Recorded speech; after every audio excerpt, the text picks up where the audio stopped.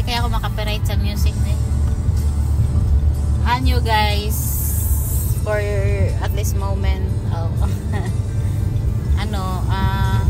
Hala, yan parang ano yan di? Cherry blossom yan? Yan, ganyan yung pinuntahan natin nung doon sa ano. Meron na cherry blossom man. Wala, maganda sana kung punta tayo doon sa park, di ba yung pinuntahan natin nila Joseph ba, no? Kaso wala pa kaming stroller eh. Pwede naman magkanta car seat. Hindi ka mapagod kakabit-bit ng car seat? Hindi man.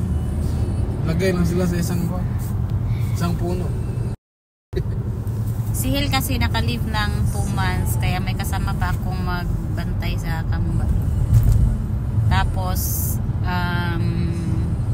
yun. Parang na-boring na din siya sa buhay niya sa bahay. Kasi ano lang, kain, tulog, bantay.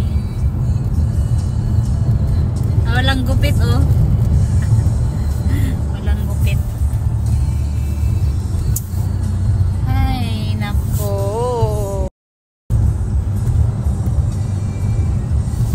Ganda ng sikat ng araw ngayon ah. Parang kumikidlat kagabi. 10 degrees. Umuwan kagabi di? Oo. Namaga. Umuwan ko no, umuwan. Ulan. Namiss ko itong mag-road trip ba di? Ha? Namiss ko mag-road trip. Road trip tayo ulit hanggang Ottawa? Na. O yan o, ang lawak ng lupain nila dito. Ano kayang tinatanim nila dyan di? Soybeans ate. Ha? Soybeans? Oo, yung pagkain ng kwan. Pagkain ng kabayo. Oh. Siguro. Ang green tingnan ba? Spring na eh. Winter, summer, and spring and fall. Wow, wow, wow, wow, wow, wow. Namiss ko yung mag-road trip ba? Exact na puntahan ni Hil kasi noon, kung wala kayo magawa sa bahay. Wala lang, kahit saan lang kami napunta. Tapos sa sasakyan lang kami kakain. Magkaskas, gasolina. Gastos. Ngayon, ninapiding kas gasolina kay palit na gatas. May dala gatas? Oo, pero bibili tayo ngayon ng isang box na naman. Yung ano ba, yung mahal ng gatas, uy. Bibiron. Tapos, bibiron? Oo. Ay, oo, nanda. Ililiquid na natin, ano na kaya natin sila di. Kasi ang lakas na nilang dumidi.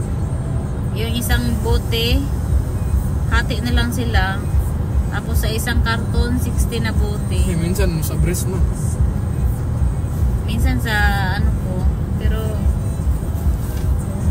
ano pa kasi, dito kasi parang hindi nila ina-advise na i-powder yung bata pag 2 months to 3 months. Sa atin, di ba, oh my goodness. Sa atin, di ba, ano, parang powder man agad. Pero kasi sa atin, no, uso kasi yung breastfeeding. Dito kasi, mahirapan akong i-breastfeed sila na hindi sila minimix kasi pag sabay sila umiyak, paano kung sila padidihin. Kaya yung isa naka-bottle, tapos yung isa naka-breastfeed. Palit-palitan lang sila. Kaya bili tayo ng ano ngayon.